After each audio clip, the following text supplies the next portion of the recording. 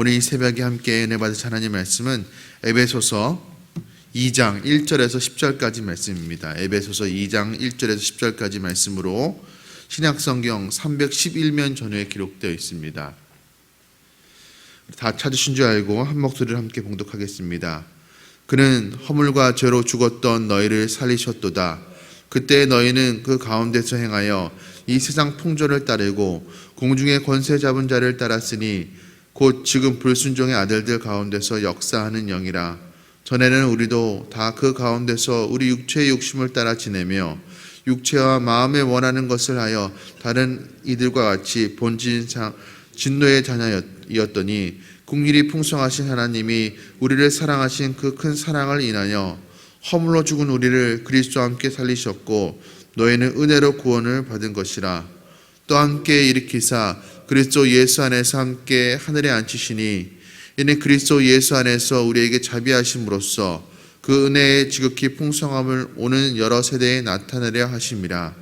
너희는 그 은혜에 의하여 믿음으로 말미암아 구원을 받았으니 이것은 너희에게서 난 것이 아니요 하나님의 선물이라.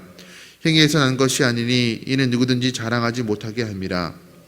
우리는 그가 만드신 바라 그리스도 예수 안에서 선한 일을 위하여 지으심을 받은 자니 이 일은 하나님이 전에 예비하사 우리로 그 가운데서 행하게 하려 하심이니라. 아멘. 오늘 읽은 본문의 말씀을 가지고 하나님의 놀라운 구원의 역사라는 제목으로 말씀을 함께 나누고자 합니다. 여러분들은 구원의 감격과 기쁨을 가지고 살아가고 계십니까?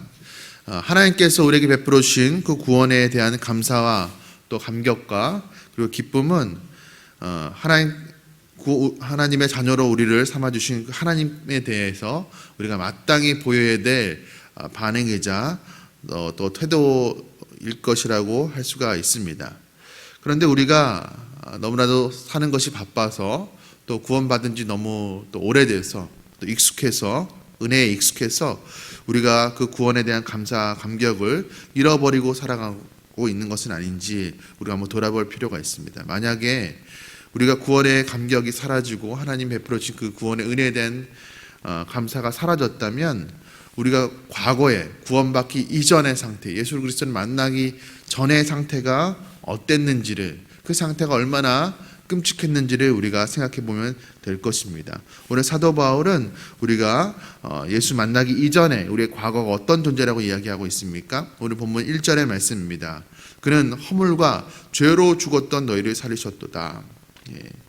지금 이 말씀을 받고 있는 1차 독자들은 에베소 성도들이고 2차 독자는 우리들입니다. 1차 독자들 에베소 성도들이나 오늘날 우리나 다 육체로 살아있는 자들입니다. 그런데 이 말씀을 받는 우리에게 사도 바울은 죽었던 너희라고 이야기하고 있습니다. 어째서 산 사람을 향하여서 죽었던 너희라고 이렇게 표현하고 있는 것일까요? 육체로는 살았지만 허물과 죄로 인해서 영적으로 죽었던 자들이었음을 이야기하고 있는 것입니다. 하나님 만나기 전에 사람들은, 하나님 없는 인생들은 육체로는 살았으나 영적으로는 죽은 존재들이라는 것입니다. 허물과 죄로 인해서. 이 허물과 죄라는 것은 우리가 성도가 되기 전에 하나님을 거역하던 길로 걸어가던 그 인생을 의미하는 것입니다. 구체적으로 하나님을 거역하던 인생이 보였던 삶의 모습들은 어떤 것이라고 이야기합니까? 2절 말씀입니다. 그때 너희는 그 가운데서 행하여 이 세상 풍조를 따르고 공중의 권세 잡은 자를 따랐으니 곧 지금 불순종의 아들들 가운데서 역사하는 영이라. 그때는 언제를 이야기하는 것입니까? 예수 만나기 이전에, 구원받기 이전에 허물과 죄로 죽었던 그때를 이야기하는 것입니다. 그때 우리는 하나님을 거역하는 삶을 살았는데 구체적으로 이 세상 풍조를 따랐다고 합니다. 이 세상은 아담의 타락 이후로 죄가 이제 들어온 세상을 이야기하는 것이죠. 이 세상 풍조, 그러니까 이 세상 죄로 만연한 이 세상에 사람들이 살아가는 삶의 원리, 또 중요하게 여기는 힘들, 그 세상의 가치관은 그것을 그대로 따라갔다라는 것입니다. 그리고 또 공중 권세 잡은 자를 따라갔다고 이야기합니다. 이 공중 권세 잡은 자는 이 세상의 악한 영들의 수장이 되는 사탄을 이야기하는 것입니다. 그러니까 이 세상에서 우리가 사탄의 꼭두각시가 되어서 살아갔다는 것을 이야기하는 것입니다. 사탄의 꼭두각시가 되어서 사탄이 시키는 대로, 원하는 대로 썩어 없어질 세상의 가치에 매몰되어서 하나님을 반대하며 하나님을 거역하는 삶을 전에 그때에 우리가 살아갔다라고 이야기합니다. 3절 말씀에서 이어서 이야기합니다. 전에는 우리도 다 그 가운데서 우리 육체의 욕심을 따라 지내며 육체와 마음이 원하는 것을 하여 다른 이들이가 같이 본질상 진노의 자녀이었더니, 전에는 역시 그때를 이야기하는 것, 구원받기 이전을 이야기하는 것입니다. 사탄의 영향력 아래에서 우리 육체의 욕심을 따라 내 몸이 원하는 대로, 내 마음이 원하는 대로 살아갔다는 것입니다. 우리가 오늘날 세상을 보면 세상 풍조가 어떠합니까? 네가 원하는 대로 살아. 네가 불편해하는 거, 부담스러운 거 하면서 살아가지 마. 네가 하고 싶은 거 하면서 살아가. 그렇게 이야기합니다.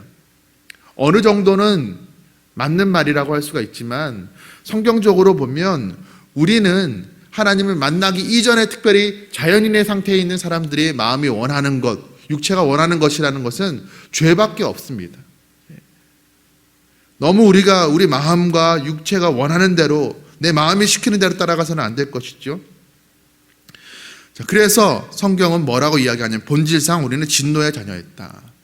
육체와 마음이 원하는 대로 살았던, 그래서 하나님의 진노를 받을 수 없는 자들이었다라고 이야기합니다. 그랬던 우리를 하나님께서 구원하여 주셨습니다. 허물과 죄로 죽었던 우리에게 어떤 구원받을 만한 근거가 있어서 하나님께서 우리에게 있는 그 좋은 근거를, 구원의 근거를 보시고 우리를 구원하여 주신 것이 아니었습니다. 어떤 자격을 우리가 스스로 갖추어서 이만하면 됐으니 구원해 주시겠다라고 하나님께서 하신 것이 아니죠. 무엇 때문에 우리가 구원을 받았습니까? 4절 말씀에서 바울은 이렇게 이야기합니다. 긍휼이 풍성하신 하나님이 긍휼이 풍성하셨기 때문입니다. 우리가 어떤 좀 어려운 상황에 처한 사람, 좀 불쌍한 사람을 보면 긍휼한 마음이 있지 않습니까? 도와주고 싶은 마음이 생기고 실제로 도와주기도 합니다. 그것은 도움을 받는 사람들이 도움받을 만한 어떤 자격을 갖추었기 때문이 아니라 도움을 주고픈 그 마음이 우리 안에서 일어났기 때문인 것이죠. 하나님 우리를 봤을 때 스스로 구원에 이를 수 없어서 죄와 허물로 죽었던 본질상 진노의 자녀였던 우리를 미워하신 것이 아니라, 정죄하고 비난하신 것이 아니라 긍휼히 여기셨다라는 것입니다. 그 긍휼이 풍성하신 하나님이 우리를 사랑하신 그 큰 사랑을 인하여, 우리를 향한 하나님의 사랑은 그냥 어느 정도의 사랑이 아닙니다. 그 큰 사랑이라고 바울은 이야기하고 있습니다. 그 큰 사랑을 인하여서 죽었던 우리가 살아난 것입니다. 이어서 바울은 5절과 6절에서 우리가 받은 그 구원에 대해 설명을 합니다. 허물로 죽은 우리를 그리스도와 함께 살리셨고 너희는 은혜로 구원을 받은 것이라. 또 함께 일으키사 그리스도 예수 안에서 함께 하늘에 앉히시니. 예수님께서 우리를 구원하시려고 십자가에서 죽으셨습니다. 하나님께서 그 십자가에 죽으신 예수를 살리셨습니다. 그리고 일으키셨습니다. 그런 다음에 하늘로 올라가시게 하셨습니다. 그런데 오늘 5절과 6절의 말씀을 보면 바울이 특이하게 표현을 하고 있습니다. 우리를 그리스도와 함께 살렸고 함께 일으켰고 예수 안에서 함께 우리를 하늘에 앉혔다라고 이야기하고 있습니다. 십자가에서 죽었다가 부활하신 것은 예수님이시고 일어난 것도 예수님이시고 하늘 보좌에 승천하셔서 하늘 보좌에 앉으신 것도 예수님인데, 우리가 예수와 함께 살았고 함께 일어났고 함께 하늘 보좌에 앉았다라고 이야기하고 있습니다. 그러니까 사도 바울은 지금 예수님의 십자가의 죽음과 부활과 승천을 우리 성도의 부활과 승천이라고, 그리고 하늘 보좌의 좌정함이라고 이야기하고 있는 것입니다. 예수님과 우리를 쉽게 표현해서 하나의 한 묶음으로 지금 이야기하고 있는 것입니다. 성도는 예수 그리스도와 연합된 존재라는 것을 이야기하고 있는 것입니다. 사도 바울은 하늘 보좌에 앉았다, 예수 그리스도가 하늘 보좌에 이미 앉았다라고 표현을 하면서 우리도 이미 하늘 보좌에 앉은 존재라고 이야기를 하고 있습니다. 하늘 보좌에 앉았다는 것은 어떤 것을 의미합니까? 하나님께서 예수 그리스도를 십자가에서 부활하게 하시고 하늘로 올라오시게 하신 다음에 하늘 보좌에 앉으셨습니다. 그것은 다시 예수 그리스도의 원래의 위치, 이 땅을 통치하는 통치자의 그 자리에 앉으셨다는 것을 의미합니다. 그런데 이번에는 예수가 하늘 보좌에 앉으셨을 때, 온 세상을 다스리는 통치자의 자리에 앉으셨을 때 혼자 앉으신 것이 아니라 예수 그리스도와 연합된 성도들도 함께 그 통치자의 자리에 앉으셨다라고 이야기를 하고 있습니다. 우리도 예수와 같은 지위를 얻게 되었다라고 이야기하고 있습니다. 이것이 바로 구원이라고 이야기하고 있는 것입니다. 그러니까 구원은 단순히 지옥을 면한 것, 그런 수준이 아니라는 것입니다. 그저 영원한 지옥불에 떨어지지 않고 그저 좋은 곳에 천국에 가게 되었다, 멸망을 좀 모면하게 되었고 죽음을 회피하게 되었다라는 것이 아닙니다. 우리가 예수와 함께 죽은 자라면 예수와 함께 살아나서 완전히 새로운 존재, 새로운 피조물이 되었다는 것을 이야기하는 것입니다. 새로운 피조물이 되어서 하나님 보좌 우편에 우리도 앉은 바 되어서 왕노릇하게 되었다라고 그렇게 이야기하고 있습니다. 여러분, 이 왕노릇이란, 세상을 다스리는 왕노릇은 사실 하나님께서 세상을 처음 창조하시고 에덴 동산에 있는 아담에게 주셨던 그 왕적 지위입니다. 에덴 동산에 있는 그 아담에게 하나님께서 창세기 1장 26절부터 28절까지의 말씀을 보면 뭐라고 말씀하십니까? 땅에 번성하여 땅에 충만하라, 땅을 정복하라, 이 세상 모든 것들을 다스리라 라고 말씀하셨습니다. 다스리는 것은 누구입니까? 왕입니다. 하나님께서 처음 죄가 이 땅에 들어오기 전에 처음 피조물인 아담에게 이 세상 왕노릇하라라고 말씀하셨습니다. 그런데 죄가 들어온 이후에 왕노릇했던 것은 누구입니까? 하나님이 만드신 하나님의 형상을 따라 창조된 인간이 아니라 사탄이었습니다. 그런데 예수를 믿는 자들이 이제 다시 그 잃어버렸던 왕적 지위를 회복하여서 예수와 함께 이 세상을 다스리고 있다라고 이야기하고 있습니다. 어떻게 우리가 다스리고 있습니까? 섬김으로써 우리가 이 세상을 가운데 영향력을 나타내면서 다스리고 있는 것입니다. 이어서 바울은 우리가 행위가 아니라 믿음으로 이와 같은 놀라운 구원을 얻었다라고 이야기하고 있습니다. 8절과 9절 말씀입니다. 너희는 그 은혜에 의하여 믿음으로 말미암아 구원을 받았으니 이것은 너희에게서 난 것이 아니요 하나님의 선물이라. 행위에서 난 것이 아니니 이는 누구든지 자랑하지 못하게 함이라. 다른 종교들은 어떻게 구원에 이른다고 이야기합니까? 어떤 선한 행위를 많이 하면, 어떤 업적을 많이 쌓고 어떤 공로를 행하면 그 스스로의 그 지극정성을 다한 그 구원에 이르기 위한 그 노력에 의해서 신이 그 노력을 보고 구원에 이르게 해준다라고 이야기를 하고 있습니다. 이런 구원관은 사실 인간에 대해서 제대로 된 이해를 하지 못하기 때문에 스스로 노력하면 구원에 이를 수 있다라고 이야기하는 것입니다. 여러분, 우리 인간은 어떤 존재입니까? 완전히 우리는 본질적으로 죄에 완전히 오염되어서 전적으로 타락되어서 스스로를 구원에 이르게 할 수 없는 완전히 무능한 존재들입니다.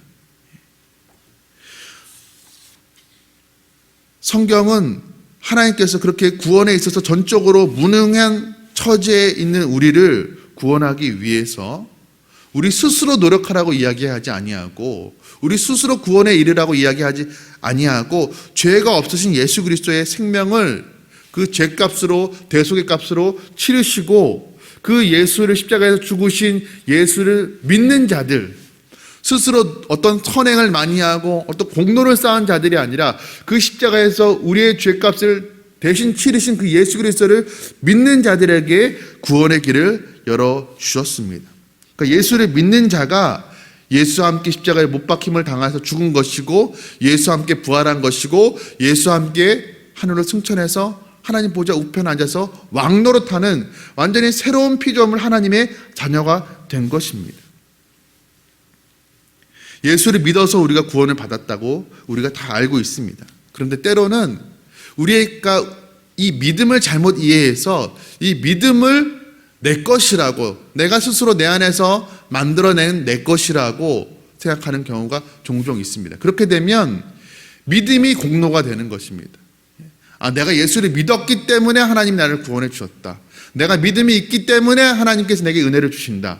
내가 믿음이 있기 때문에 하나님께 내 기도에 응답해 주신다. 하나님께서 우리에게 베풀어 주신 어떤 은혜라는 것이 내 믿음 때문에 하나님께서 주실 수밖에 없는 것이라고 생각해서는 안 됩니다. 이 믿음이라는 것은 무엇입니까? 믿음은 사실 하나님의 은혜가 우리에게 오게 하는 통로, 수단, 방법인 것입니다. 은혜가 있기 때문에 우리가 믿음을 통해서 그 은혜를 받는 것이지, 하나님이 우리에게 은혜를 주실 생각이 없는데 내가 믿음을 가졌기 때문에 하나님께서 어쩔 수 없이 은혜를 내게 주시는 것이 아니라는 말씀인 것입니다. 그러니까 믿음보다 중요한 것이, 우선시 되는 것이 은혜인 것입니다. 우리가 어떻게 믿게 되었습니까? 스스로 내가 예수를 믿겠다고 예배당에 나와서, 교회에 나와서 등록을 하고 내가 신앙생활을 하게 된 것처럼 보이지만 사실상 이것은 하나님의 은혜로 인한 성령의 관건적인 역사로 인한 것입니다. 여러분 생각해 보십시오. 아까 제가 좀 전에 우리 인간의 본질적인 모습은 죄로 오염되어서 스스로 구원에 이를 수 없는 존재라고 이야기하였습니다.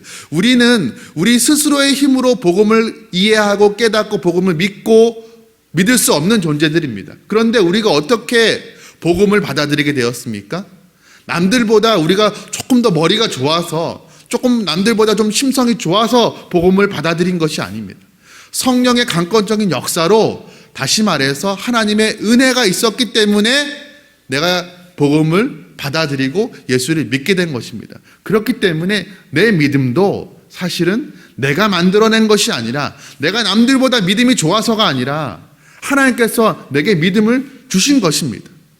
구원도 하나님께서 내게 베풀어 주신 것이고, 그 구원에 이르게 되는 그 믿음도 사실은 하나님께서 우리에게 허락하여 주신 것입니다. 때문에 믿음은 거듭남의 원인이 아니라 거듭난 그 결과라고 성경은 이야기하고 있습니다.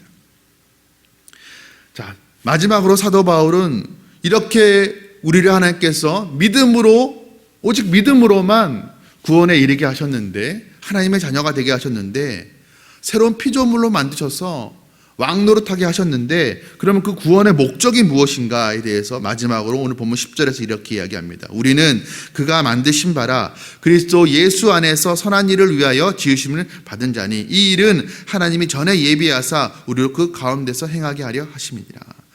우리를 하나님께서 새로운 피조물로 만드셨습니다. 예수 안에서 선한 일을 위하여 지으셨다라고 이야기하고 있습니다. 이제 구원받은 하나님의 백성으로서 마땅히 해야 될 그 선한 일을 하게 하기 위해서 우리를 구원하셨다는 것입니다. 그럼 그 선한 일이라는 것은 무엇일까요? 하나님을 사랑하고 이웃을 사랑하는 것을 뜻합니다. 그런데 하나님을 사랑하고 이웃을 사랑하는 이 하나님의 백성을 만드는 일이 하나님이 전부터 예비하신 것이라, 창세전부터 예비하신 것이라고 이야기하고 있습니다. 그러니까 우리가 하나님을 사랑함으로 인해서 하나님께 영광 돌려야 되고, 우리가 이웃을 사랑함으로써 또 이 세상의 그 피조물이 얼마나 귀한 존재인지 이웃을 사랑함으로써 나타내야 되는데, 이것이 하나님께서 창세전부터 이 인류를, 이 세상을 만드신 이유이고, 또 우리를 새로운 피조물로 만드신, 우리를 구원하신 목적이라는 것입니다. 그렇다면 우리가 이 구원의 목적에 맞게 살아가야 되겠죠. 오늘 사도 바울은 우리가 예수 믿기 이전에 과거에 어떤 존재였는지에 대해서 이야기해 줍니다. 우리는 허물과 죄로 완전히 죽었던 존재들, 사탄의 종노릇 하다가 살다가 하나님의 진노를 받을 수밖에 없는 존재들이었으나, 우리가 하나님의 크신 긍휼과 사랑으로 말미암아 우리가 하나님의 자녀가 되었습니다. 그래서 예수의 죽음이 나의 죽음이 되고 예수의 부활이 나의 부활이 되었습니다. 우리가 새로운 피조물이 되었습니다. 하나님께서 이렇게 우리를 새로운 피조물로 삼아주신 것은, 다시 재창조하신 것은 구원의 목적이 있기 때문입니다. 그 구원의 목적이 무엇이라고 말씀드렸습니까? 예수 안에서 선한 일을 하기 위해서, 하나님을 사랑하고 이웃을 사랑하기 위해서 우리를 구원하셨다라고 사도 바울은 오늘 이 아침에 우리에게 말씀하고 있습니다. 여러분, 하나님께서 우리에게 베풀어 주신 놀라운 구원의 은혜에 대해서 우리가 다시 한번 깊이 묵상하고 또 감사하며 감격하면서 기뻐하면서 하나님의 영광을 위해서 하나님을 사랑하고 또 이웃을 사랑하며 살아가기를 다시 한번 결단하며 나아가는 이 아침 되기를 주님의 이름으로 축복합니다. 함께 기도하시겠습니다. 사랑과 은혜가 풍성하신 하나님 아버지, 우리가 이미 구원받은 존재라는 것 때문에 구원받기 이전에 우리가 어떤 존재였는지 또 구원의 의미에 대해서 우리가 깊이 생각하지 못했습니다. 하나님, 구원이라는 것은 단순히 지옥 가지 않는 것, 지옥을 면한 것, 벌을 면한 것이 아니라 예수와 함께 죽고 예수와 함께 살아서 예수와 함께 저 하늘 보좌 우편에 앉아서 다스리는 자에 앉아서 왕노릇하는 그 존귀한 자로 새롭게 만들어진 것이라는 것을 깨닫습니다. 하나님 아버지, 하나님 세상에 왕노릇하는 것은 세상 위에 군림하고 하나님 세상을 부리는 것이 아니라 이 땅에 오셔서 섬김의 왕의 모습을 모범을 보여주신 예수님처럼 하나님을 사랑하면서 이웃을 사랑하고 섬김으로 말미암아 이 세상에 왕노릇하는 우리 존재라는 사실을 다시 한번 깨닫습니다.